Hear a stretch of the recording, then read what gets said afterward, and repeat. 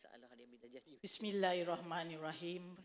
Assalamualaikum warahmatullahi wabarakatuh. Terima kasih saya ucapkan kepada yang berbahagia Datuk Pengerusi Tetap Wanita UMNO Malaysia. Sihat ke semua? Dah makan ke belum? Okey, itu nak dengar tu. Dah makan. Yang berbahagia Datuk Sharifah Aminah Said Muhammad selaku Pengerusi Tetap Wanita UMNO Malaysia. Yang berbahagia Datuk Dr. Azizah Johor selaku Timbalan Pengerusi Tetap Wanita UMNO Malaysia. Yang berbahagia Datuk Noliza Abdul Rahim, Naib Ketua Wanita UMNO Malaysia. Yang berhormat Datuk Rosni Soha selaku Setiausaha Wanita UMNO Malaysia. Yang berbahagia Datin Maizatul Akmam Alawi selaku Bendahari Wanita UMNO Malaysia. Yang berbahagia Datuk Rosni Zahari selaku Ketua Penerangan Wanita UMNO Malaysia. Wakil-wakil Majlis Kerja tertinggi UMNO Malaysia yang kita hormati, yang amat berhormat Datuk Wan Rosdi bin Wan Ismail selaku Naib Presiden UMNO Malaysia. Yang berhormat Datuk Seri Dr. Samsul Anwar bin Nasarah. Yang berhormat Datuk Seri Haji Ahmad Mazlan. Yang berhormat Datuk Dr. Muhammad Fuad bin Zakarsi. Barisan Exco Wanita UMNO Malaysia, Barisan Ketua Wanita UMNO Negeri-Negeri, Friends of Barisan Nasional, Friends of dan komponen Barisan Nasional daripada MCA, daripada PBRS, Friends of Barisan Nasional, Friends of UMNO dan rakan-rakan daripada Kerajaan Perpaduan, sidang perwakilan wanita UMNO sekalian. Alhamdulillah, diizinkan Allah, kita dapat bersama-sama berkumpul di Dewan yang indah ini untuk menunaikan tanggungjawab kita selaku ahli UMNO. Saya ingin mengalu-alukan kehadiran para tetamu kita dari Parti Komponen Barisan Nasional dan Friends of Barisan Nasional, Friends of UMNO dan komponen Kerajaan Perpaduan. Sila bagi tepukan kepada mereka. Saya nak minta maaf sebab saya tak dapat menjemput semua nama tetamu jemputan dan pemerhati khas yang sudi meluangkan masa menghadiri perhimpunan ini. Namun, percayalah, ia tidak mengurangkan sedikit pun rasa hormat saya dan persaudaraan kita bersama. Begitu juga dengan wakil-wakil media. Terima kasih semua atas masa untuk bersama-sama dengan kita pada pagi ini.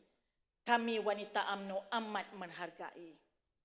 Dan tidak lupa yang teristimewa bagi pihak kepimpinan wanita UMNO Malaysia.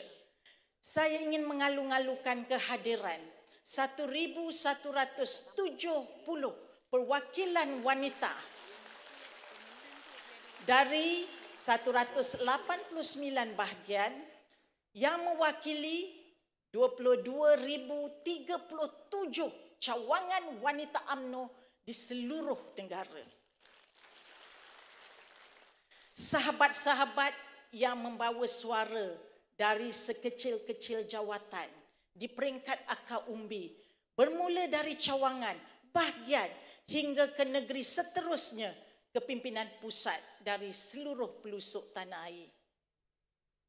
Para perwakilan sekalian, Perhimpunan Agung UMNO pada kali ini adalah perhimpunan yang sangat penting. Kerana apa? Kerana perhimpunan ini diadakan di tengah-tengah dua pilihan raya. Kita baru saja selesai menghadapi pilihan raya umum ke-15 pada November yang lalu.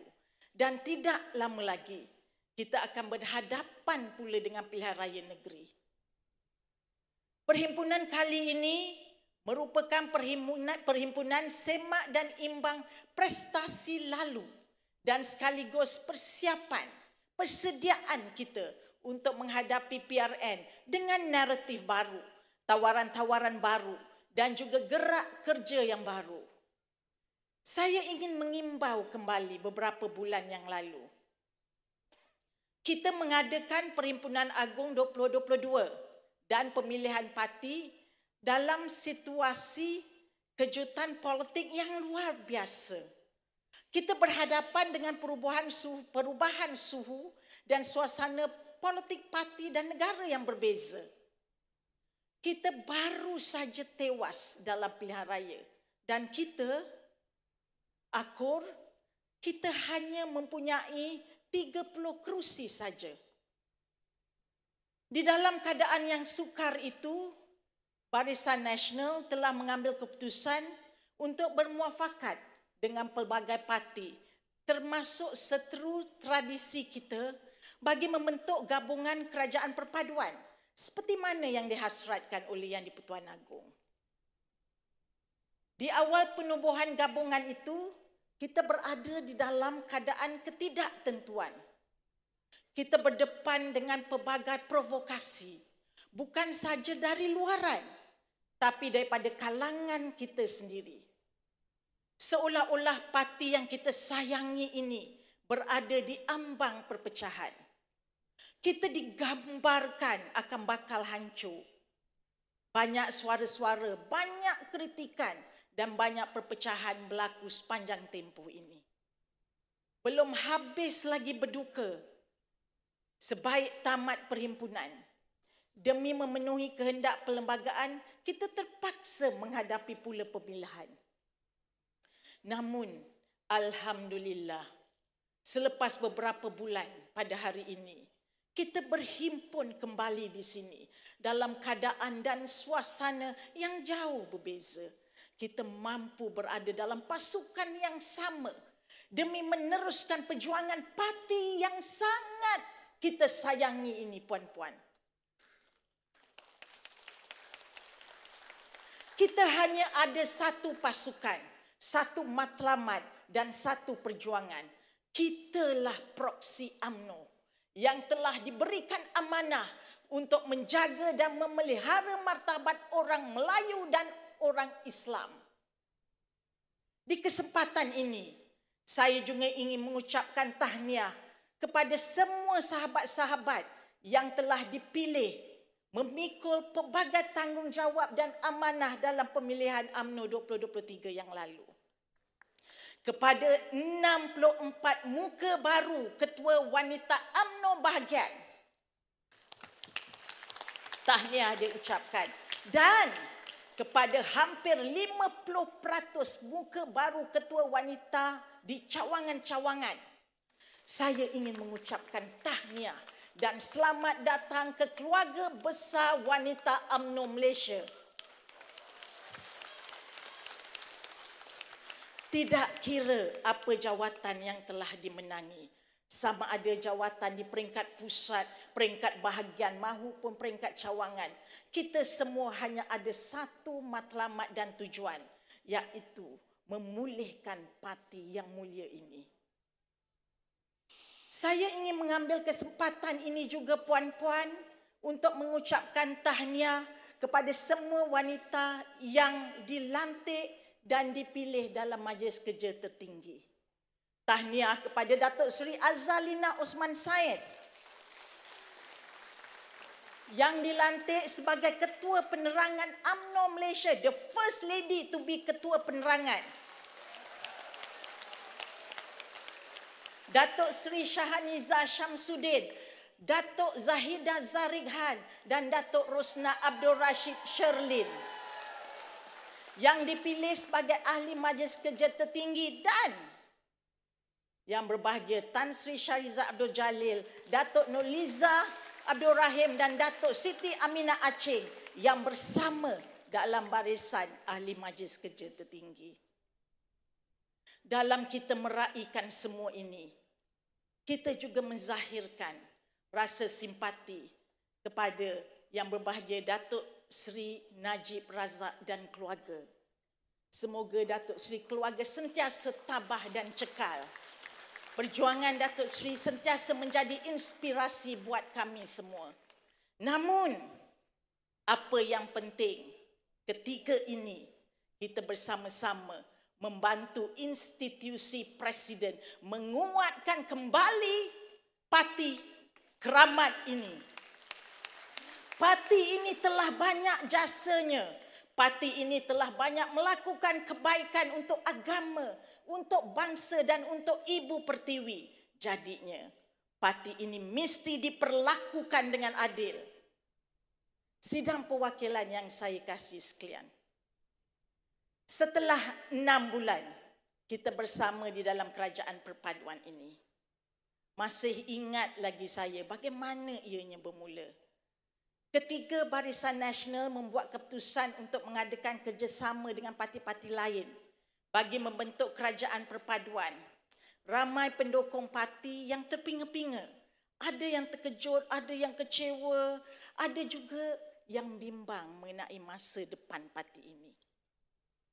Jadi, jika kita ketepikan sejenak sentimen peribadi, hakikatnya penyertaan UMNO sebagai rakan strategik di dalam kerajaan perpaduan ini ada 4 hikmah politik. Pertamanya, kerjasama ini telah membuktikan bahawa UMNO dan Barisan Nasional sebagai sebuah parti yang besar mampu meletakkan kepentingan negara lebih utama dari ego dan maruah. Tidak pernah kita bayangkan, seperti yang SU katakan juga tadi, tak pernah kita bayangkan kita akan menjalinkan kerjasama dengan seteru politik kita. Dalam realiti politik pada hari ini, tidak ada lagi kawan maupun lawan. Yang hanya ada adalah sekutu atau seteru. Kedua, kerjasama ini membuktikan bahawa UMNO merupakan sebuah parti yang matang, dapat menyesuaikan diri dengan situasi dan keadaan semasa. UMNO bukanlah sebuah parti yang sukar untuk berubah. UMNO juga bukan parti perkauman. Ketiga, setelah 6 bulan berada di dalam kerajaan, UMNO juga memainkan peranan sangat signifikan dalam pembentukan kerajaan perpaduan yang dipimpin oleh Perdana Menteri dengan gandingannya timbalan Perdana Menteri, iaitu Presiden parti kita hari ini. Pemimpin-pemimpin UMNO yang diberi amanah sebagai anggota kabinet telah berusaha dengan keras dan ikhlas dalam memperkasakan ekonomi, sosial dan politik rakyat. Kementerian Kemajuan Desa dan Wilayah KKDW yang diterajui oleh Yang Amat Berhormat Presiden kita umpamanya, banyak pembaharuan dan projek luar bandar telah dirangka dan dilaksanakan bagi meningkatkan kualiti masyarakat luar bandar. Tidak lupa juga saya ingin ucapkan terima kasih dan tahniah kepada Menteri Undang-Undang kita, Datuk Seri Azalina, yang telah berjaya mengenepikan tuntutan berjumlah USD 15 bilion daripada waris Sultan Sulu terhadap Sabah di Mahkamah Rayuan Paris. Juga terima kasih kita ucapkan kepada Datuk Seri Zamri Kadir selaku Menteri Luar. Kedaulatan negara ini perlu dijaga oleh wanita UMNO dan wanita UMNO mendesak kerajaan supaya mengambil tindakan sekeras-kerasnya kepada dalang di sebalik tuntutan tidak berasas ini. Petualang ini jangan dilepaskan. Keempat, UMNO juga tidak pernah takut untuk berbeza pendapat dalam pentadbiran kerajaan sekarang. UMNO telah menjadi rakan strategik yang baik dalam kerajaan dengan memberi teguran, memberi kritikan yang membina dan berdasarkan pengalaman yang dimiliki, UMNO berjaya memainkan peranan semak dan imbang di dalam kerajaan perpaduan. Ini termasuklah gesaan UMNO kepada kerajaan dari pelbagai sudut agar kerajaan menawarkan solusi konkret terhadap isu-isu rakyat seperti isu harga barang, kerana ianya selari dengan agenda kita selama ini dalam usaha untuk menoktahkan kemiskinan tegah. Kita hendak kerjasama ini disulam dengan satu tindakan kerja yang lebih kukuh di peringkat akar umbi tanpa meminggirkan nilai dan ideologi asas UMNO. Contohnya, isu-isu yang melibatkan kesucian agama Islam, UMNO tidak akan bersekalipun berkompromi dengan sebarang tindakan yang mampu menggugat kesucian agama Islam di negara ini. Kita akan sentiasa menjunjung fikrah dan asas penubuhan UMNO seperti yang termaktub dalam pasal 3.1 Perlembagaan Parti. UMNO akan kekal konsisten, menegak, mempertahan dan mengembangkan Islam sebagai agama persekutuan serta menghormati prinsip kebebasan beragama seperti termaktub dalam Perlembagaan Persekutuan. Para perwakilan yang saya hormati sekalian, setelah kekalahan teruk dalam 2 pilihan raya umum yang lalu, kita semua harus menerima hakikat bahawa parti ini memerlukan masa untuk kembali kuat dan dihormati.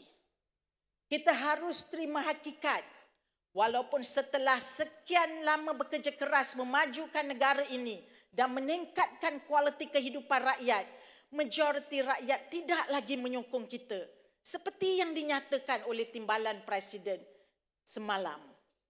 Kita juga harus terima hakikat segala tomahan, tuduhan serta fitnah bertubi-tubi yang dilemparkan kepada kita selama ini telah berjaya menghakis kepercayaan rakyat terhadap parti ini. Ianya seperti kata pepatah, panas setahun, lupus dek hujan sehari. Kita kini sedang melalui fasa pemulihan yang memerlukan masa dan ruang untuk kita kembali membina kekuatan. Dahulu, politik Malaysia tidaklah terlalu sukar untuk dijangka. Namun senarionya kini amat berbeza. Politik Malaysia sangat dinamik dan sentiasa mempunyai kejutan, sesuatu yang tidak pernah kita lalui. Oleh itu, kita harus menerima gabungan di dalam kerajaan perpaduan ini dengan berlapang dada. Kerana apa? Kerana kita ada peranan dan tanggungjawab. Kita perlu pastikan kestabilan politik, ekonomi dan sosial di negara ini dapat kita wujudkan di dalam kerajaan perpaduan. Ingatlah, kita bukan lagi sebuah parti yang dominan. Kita tidak akan bertanding semua kerusi. Kita perlu bermuafakat, kita perlu berkompromi demi membawa kemenangan kepada kerajaan yang kita dukung bersama. Seperti mana semua sedia maklum, kita bukan saja perlu memastikan kemenangan Barisan Nasional, tetapi juga membantu rakan-rakan parti dalam gabungan kerajaan memenangi kerusi masing-masing. Seperti mana kita mengharapkan sokongan yang sama daripada mereka.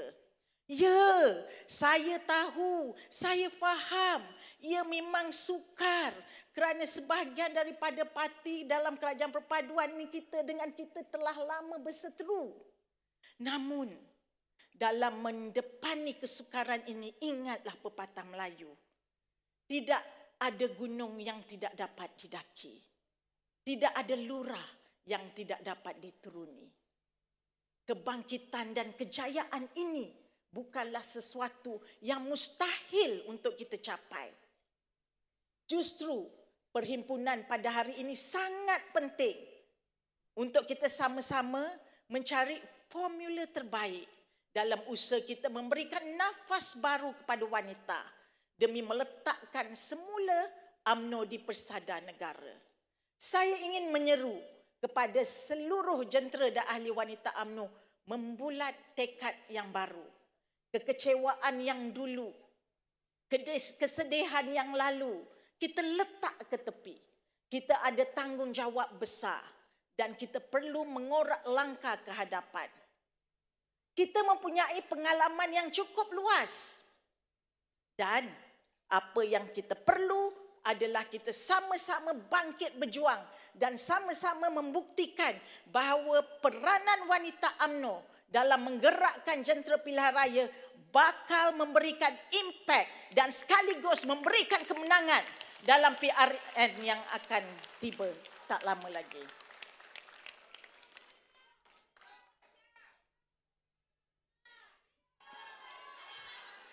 Hidup wanita.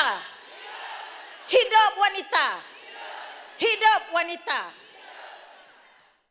Para perwakilan yang saya hormati sekalian, sejak daripada dulu lagi, kita tahu dan kita sedar wanita merupakan tonggak penting dalam pembangunan negara. Sesiapa pun tidak boleh meremehkan peranan dan tugas wanita.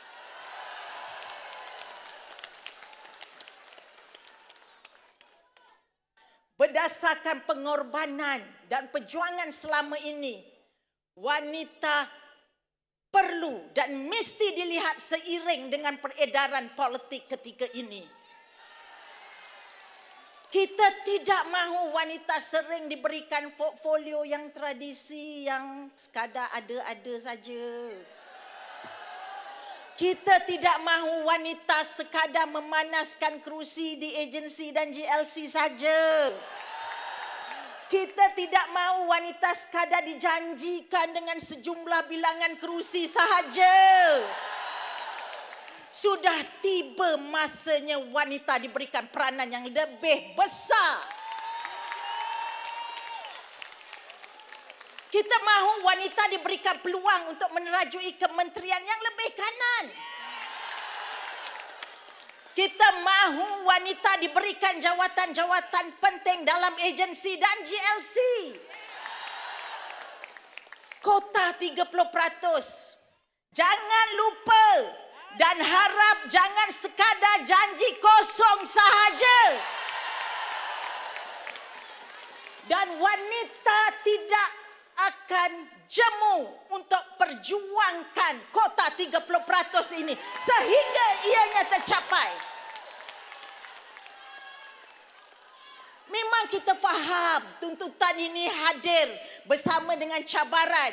Adakah kita telah bersedia, puan-puan? Kita mempunyai barisan yang cukup. Kita mempunyai barisan yang memenuhi kriteria yang boleh kita tonjolkan. Dan saya percaya kita boleh kalau diberi peluang.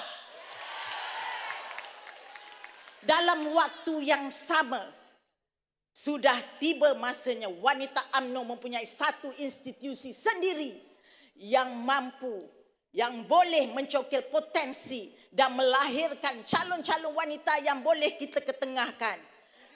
Tak adalah nanti, mana ada calon? Ini tak ada calon. Minta maaf. Pengurusi Perhubungan Negeri ni ambil perhatian.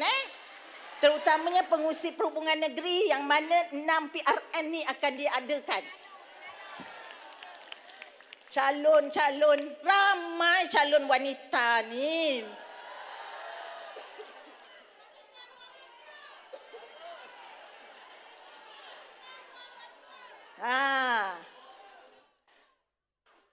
Tapi kita wanita UMNO mesti bergerak ke hadapan.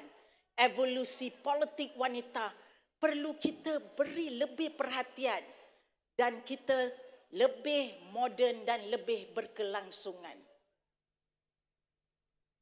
Sidang perwakilan yang saya hormati sekalian, semenjak PAU yang lepas, wanita telah mula menggerakkan beberapa agenda pembaharuan penting dalam gerak kerja wanita, terutamanya dalam menghadapi PRN yang akan datang.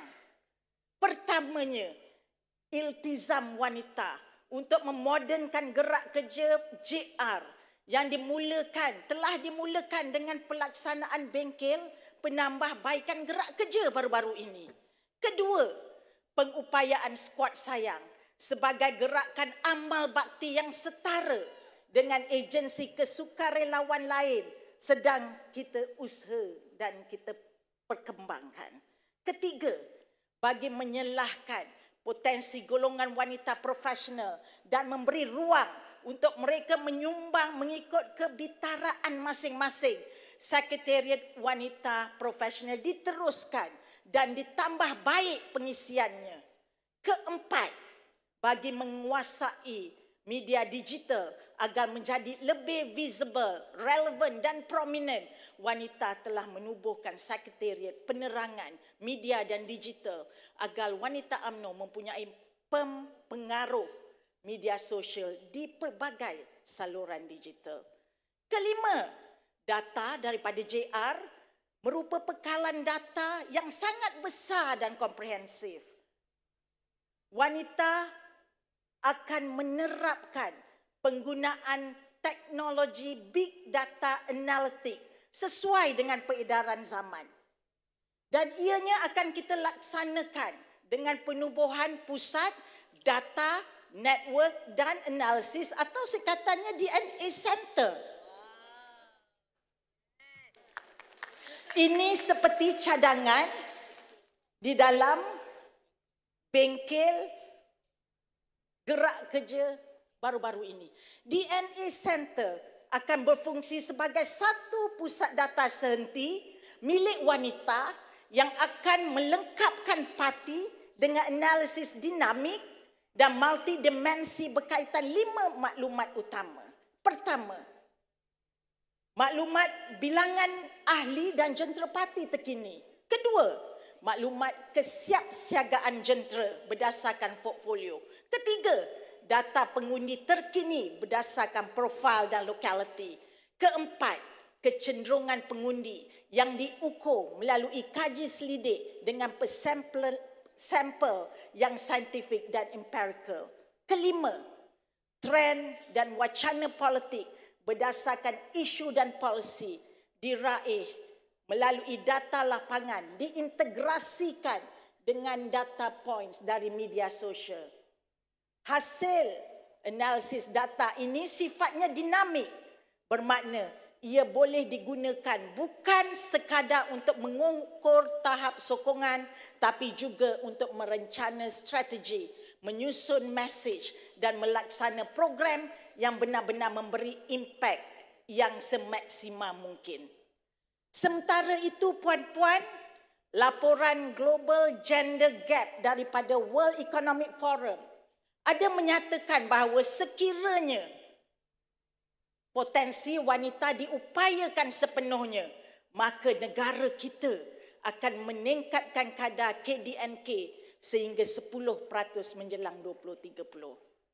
Jadi, dalam usaha untuk memajukan keupayaan wanita,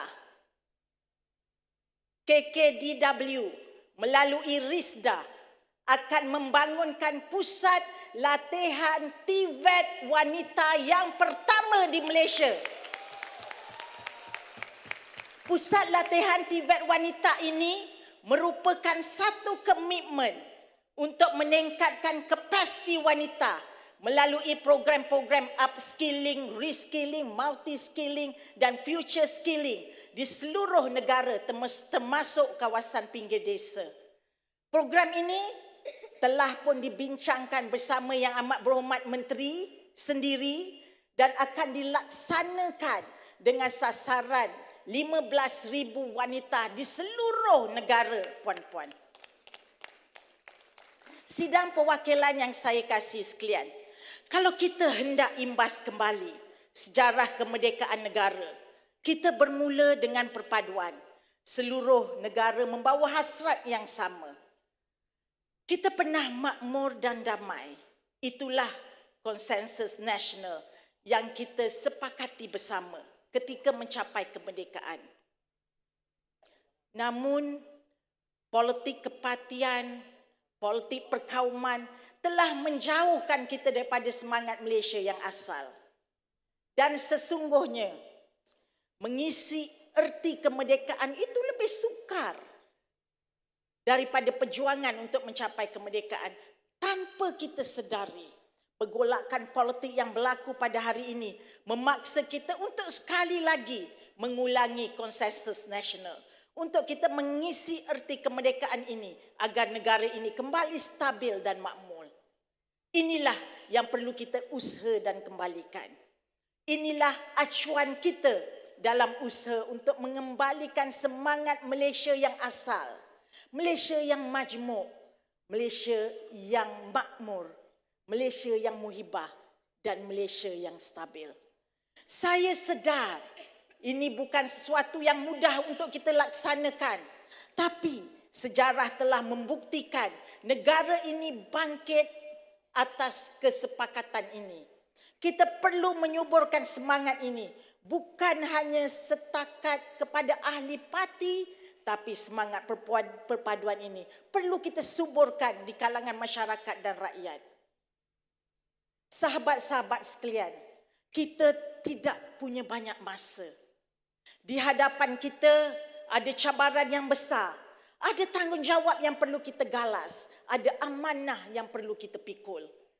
Walaupun kita tewas, dan bukan tewas sikit-sikit puan-puan, kita tewas teruk.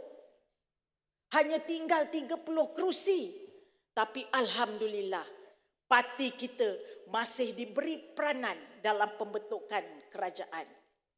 Kita masih diberi ruang dan peluang untuk berbakti. Walaupun kini kita berada pada sokongan paling rendah. Yakinlah, percayalah, selagi kita masih ada kesetiaan, selagi kita masih rasa cinta pada parti ini, insya-Allah saya percaya UMNO pasti akan bangkit dan kembali gagah. Dan percayalah, wanita adalah kelompok yang paling setia. Dan insya-Allah wanita akan memastikan bahawa UMNO ini akan kembali berkuasa seperti sebelum ini. Detik ini, jadikanlah ia sebagai detik terakhir. Tak ada sokongan yang lebih rendah daripada ini. Jadikan ia sebagai turning point kita. Pernah dulu ada satu parti yang cuma tinggal 1 kerusi saja di parlimen. Tapi sekarang dah mengetuai kerajaan. Ini bermakna apa? Ini bermakna tidak ada yang mustahil. Apa yang kita perlu buat adalah kita perlu bangkit. Jadikanlah perhimpunan ini sebagai satu medan untuk kita kembali duduk semeja, memikirkan apa yang terbaik boleh dilaksanakan. Kita perkemaskan jentera, kita lakar jalur politik yang baru, kita tawarkan tawaran yang baru demi UMNO terus bangkit dan terus maju. Sekian, wabillahi taufiq wal hidayah. Wassalamualaikum warahmatullahi wabarakatuh.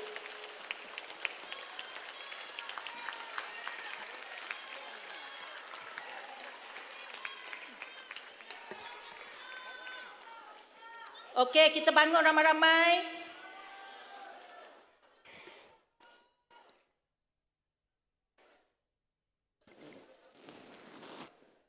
Okey. Hidup wanita. Hidup wanita. Hidup wanita. Hidup UMNO. Hidup Barisan Nasional.